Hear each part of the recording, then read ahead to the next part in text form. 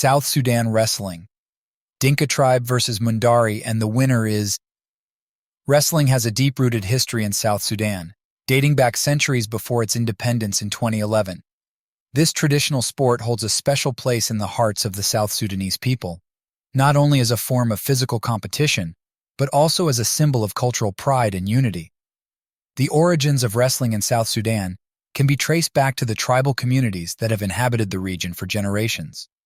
These communities engaged in wrestling as a means of settling disputes, showcasing strength, and strengthening bonds among tribes.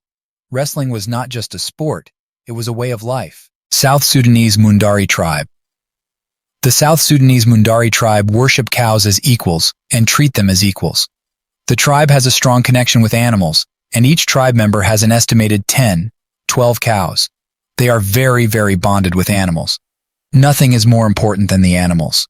They use their milk, urine, dung, but never meat. They worship them, but not as, for example, ancient Egyptian used to do. It is an interconnection with nature that probably could teach something to the first world too. The tribe used dung to protect themselves and their cows from mosquitoes. The children were collecting in the early morning the fresh dung in order to pile. Then it is mixed with dust so the dung becomes dry. After that, they put in a pile all around the camp and light on fire. The smoke coming out is used to keep off mosquitoes.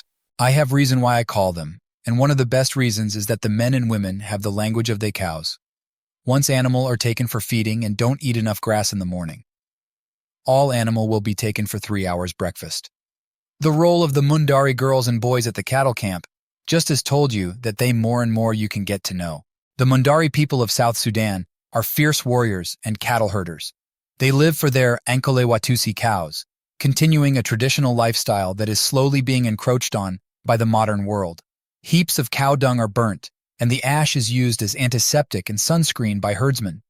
Cows receive a vigorous morning ash massage to remove paradies. Men blow cow horns, resonant sounds to call their herd. Facial scars represent the rite of passage to adulthood for your Mundari. These are people who stay in the bush, often sleeping with their livestock. They are among the most unique, interesting, and hospitable tribes on the African continent.